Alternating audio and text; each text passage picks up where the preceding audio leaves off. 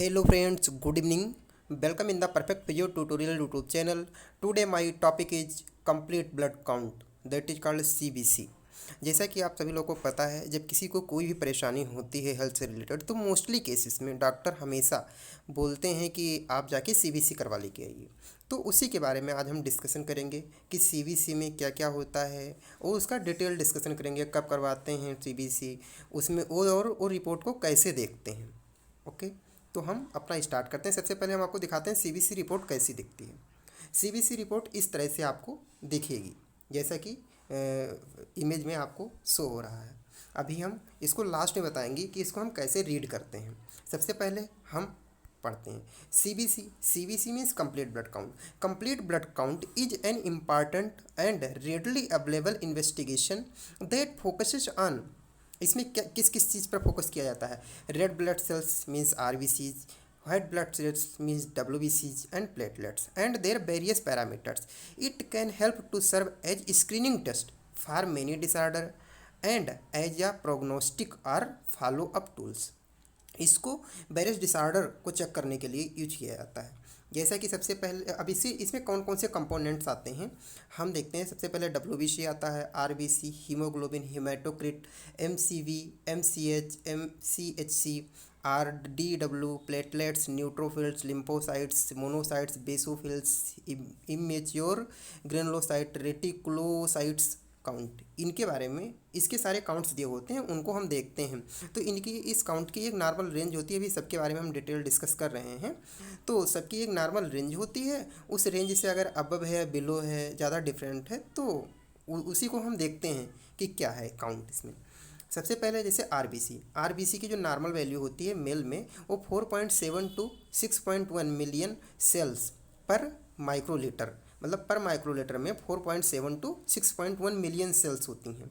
अगर फीमेल्स में बात करें तो 4.2 टू 5.4 मिलियन सेल पर माइक्रोलीटर होती हैं। अब अगर इसकी एक लोअर वैल्यू दी है, एक हायर वैल्यू दी है, अगर लोअर से कम आता है या हायर से ज़्यादा आता है तो इस कंडीशन में हमें डॉक्टर से तुरंत जाके सलाह लेनी चाहिए। और आप जब आप रिपोर्ट CBC करवाओगे उसमें आपको दिख जाएगा।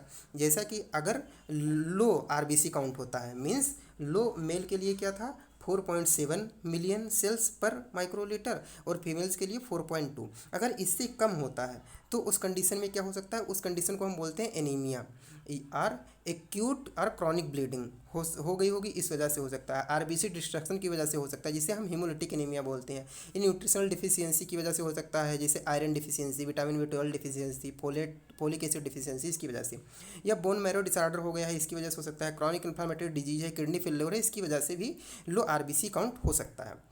देन अगर हाई RBC का काउंट है तो उसे बोलते हैं पॉलीसाइथीमिया। इसके रीजन हो सकते हैं जैसे डिहाइड्रेशन हो गया, पल्मोनरी डिजीज हो सकती है, किडनी और या फिर अदर ट्यूमर हो सकते हैं जिसकी वजह से एक्सेसिव इरेथ्रोपोएटिन का सिक्रेशन हो गया जो कि RBC के फॉर्मेशन में हेल्प करता है, तो इस तरह से हो सकता है। या फिर किसी को स्मोकिंग करता है, किसी को जेनेटिक प्रॉब्लम्स है, इस तरह से, या तो पॉलीसाइथीमिया हो सकता है या पॉलीसाइथीमिया है। तो ये सारी चीज़ें। देन अगर देखते हैं हीमोग्लोबिन, दूसरा पैरामीटर क्या है। RBC आपने देख लिया।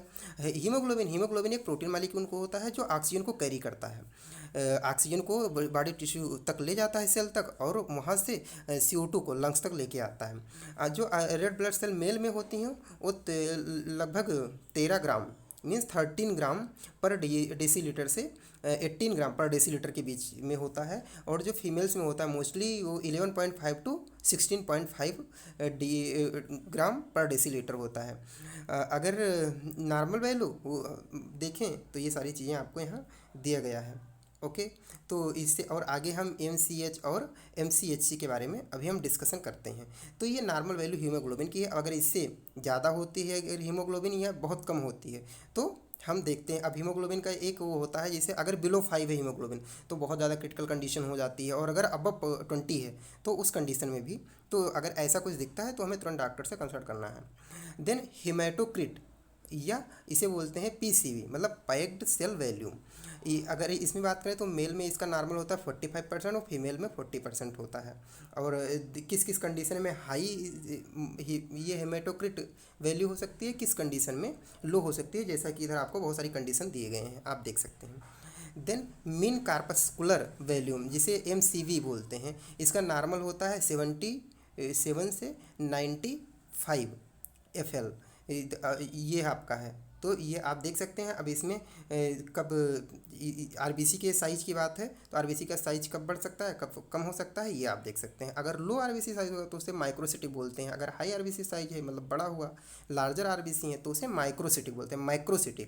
और इसे जो स्मॉलर होते हैं उन्हें माइक्रोसिटी बोलते हैं। देन अगला जो आपका आता है मिगैलोब्लास्टिक माइक्रोसिटिक एनीमिया। अगर माइक्रोसिटिक एनीमिया मीन्स जो आपका लार्जर RBC है, अगर उसमें दिक्कत होती है उसकी वजह से, अगर एनीमिया होता है उसकी कमी की वजह से, तो आपका मिगैलोब्लास्टिक माइक्रोसिटिक एनीमिया हो जाता है। देन नॉन मिगैलोब्लास्टिक माइक्रोसिटिक एनीमिया, इसमें मतलब आपका जो मिगैलोब्लास्टिक जो विटामिन B12 है उसकी कमी से ना होकर के अदर जो रीजन्स होते हैं जैसा कि आपको इसमें लिखा हुआ है। Then MCH and MCHC। MCH मतलब होता है मीन कार्पस्कुलर हीमोग्लोबिन।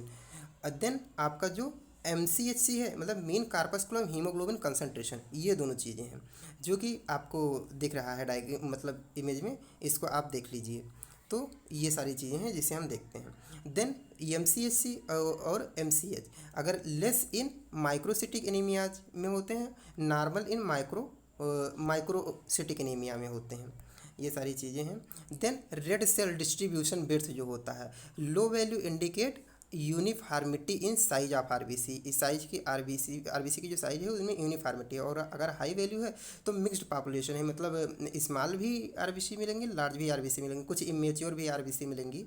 ये सारी चीज़ें हैं। तो उसमें वो इंडिकेट करता है कि आपको आयरन डिफिशियंसी एनीमिया हो सकती है, प्रीमेच्योर एनीमिया हो सकती है, ये सारी चीज़ें हैं। देन रेटिकुलोसाइट्स काउंट अगर आता है तो इसे अब्सोल्यूट रेटिकुलोसाइट काउंट भी बोलते हैं, जो कि आपको रिपोर्ट में आपको दिख जाएगी, जैसा कि अभी हम रिपोर्ट में आपको देख करके फिर बताएंगे। ये रेटिकुलोसाइट्स इंडेक्स हैं, जैसे आपको ऐसे दिखेगा। देन आपकी वाइट ब्लड सेल मतलब WBC के जो नॉर्मल काउंट होती है वो हमारा लगभग 4500 से 11,000 होता है माइक्रो पर लीटर। देन माइक्रोलीटर होता है पर माइक्रोलीटर। नॉर्मल रेंज आपको जैसा कि हमने बता दिया। अगर इसे थोड़ा बहुत वेरी करता है तो कोई दिक्कत नहीं, लेकिन अगर ज़्यादा वेरी कर रहा है तो दिक्कत है फिर।